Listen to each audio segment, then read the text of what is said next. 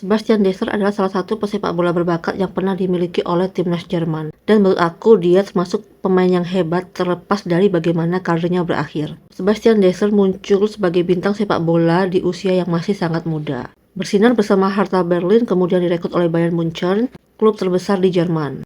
Dia bermain di Bundesliga, Liga Champions, dan membela timnas Jerman. Dan dia bukan pemain yang mengandalkan fisik semata, namun juga memiliki otak yang sangat brilian untuk mengendalikan gerakan-gerakan dia selama pertandingan. Tentunya dengan skill sepak bola yang tingkat tinggi gitulah. Dan itulah sebabnya banyak orang yang yakin dia akan menjadi ikon sepak bola untuk timnas Jerman 10 tahun mendatang. Karena di saat itu Jerman lagi krisis pemain sepak bola yang bagus. Dan dia datang sebagai ya semacam kayak harapan gitulah untuk timnas Jerman. Sampai terjadinya peristiwa yang akan menyebabkan titik balik di mana keadaan gak lagi sama. Jadi masalahnya itu bukan di satu kejadian besar, tapi beberapa serangkaian cedera yang dialami oleh Sebastian Deser.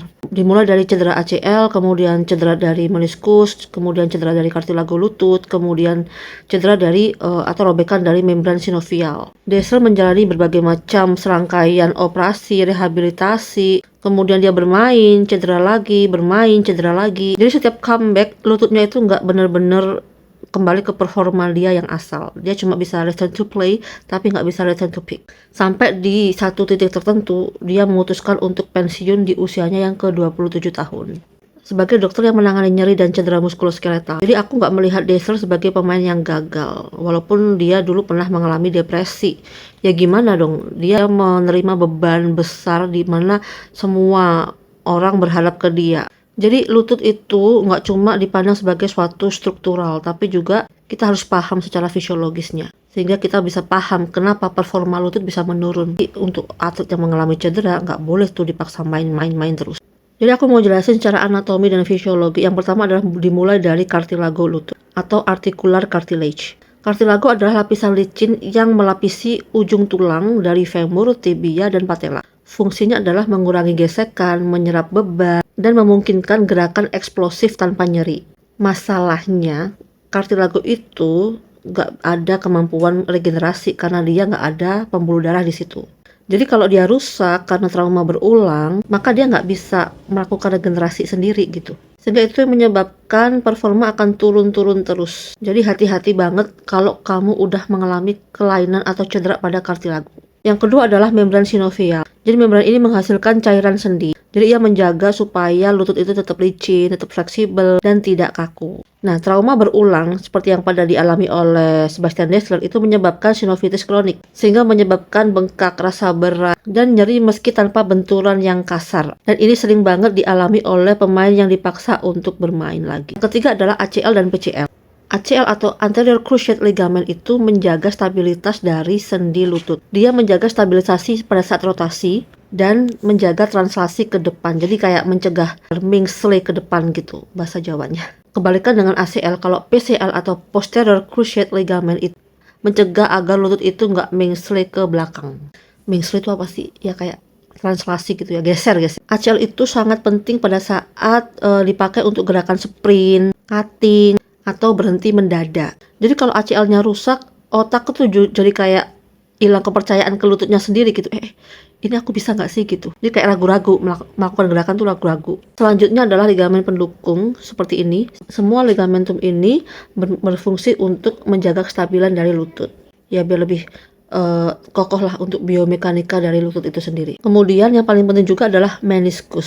Meniskus itu kayak bantalan yang mencegah atau meredam gerakan-gerakan lutut dari arah samping luar dalam. Meniskus itu berfungsi untuk menyebarkan beban lutut dan menjaga stabilitas dari lutut. Jadi kayak semacam kayak apa ya, shock absorbent juga. Jadi kayak kamu bayangin dia seperti kayak karet yang ada di kloset gitu ya.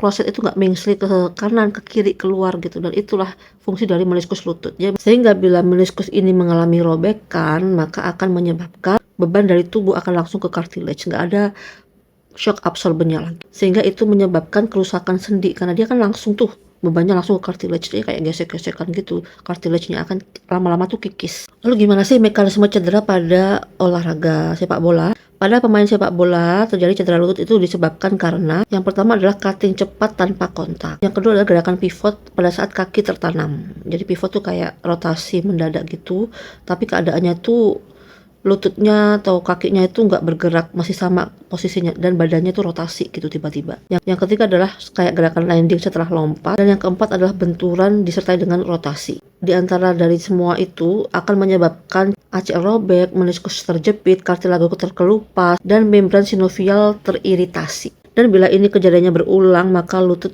nggak akan bisa pulih sempurna ya guys. Jadi itu menyebabkan performanya itu nggak bisa kembali optimal kayak yang dialami oleh Sebastian Daisler. Jadi karena lutut itu sekali lagi bukan masalah struktural doang, tapi juga masalah mekanik.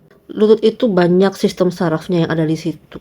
Saraf yang di lutut itu disebut dengan genicular nerve. Itu tuh kayak rambut guys, kanan, kiri, atas, bawah itu.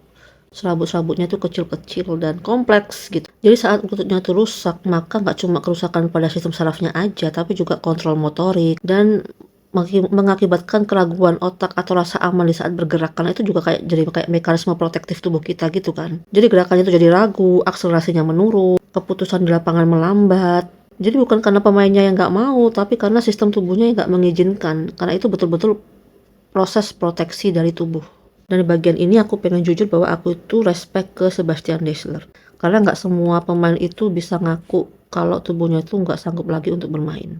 Nggak semua pemain itu berani untuk berhenti sebelum tubuhnya betul-betul hancur total atau cacat. Jadi menurut aku, apapun kejadian yang dia alami, Daisler itu sudah bermain di titik yang tertinggi. Dia sudah mengukir sejarah dan dia juga sudah menginspirasi banyak orang. Walaupun dia memutuskan untuk pensiun dini, itu tidak menghapus kehebatannya gitu loh guys. Jadi kalau suatu hari video aku tuh sampai ke dia, aku tuh mau ngomong ini secara tulus ya. Makasih kamu tetap sebagai pemain sepak bola yang hebat. Bukan karena lamanya karir kamu, tapi kejujuran kamu terhadap tubuh kamu sendiri. Dan itu menginspirasi banyak orang. Jadi untuk kamu yang seorang atlet, runner, atau punya nyeri lutut yang datang dan pergi, jangan abaikan sinyal tubuh kamu ya. Follow akun ini karena memahami nyeri dari awal adalah bentuk respek tertinggi terhadap tubuh kamu sendiri.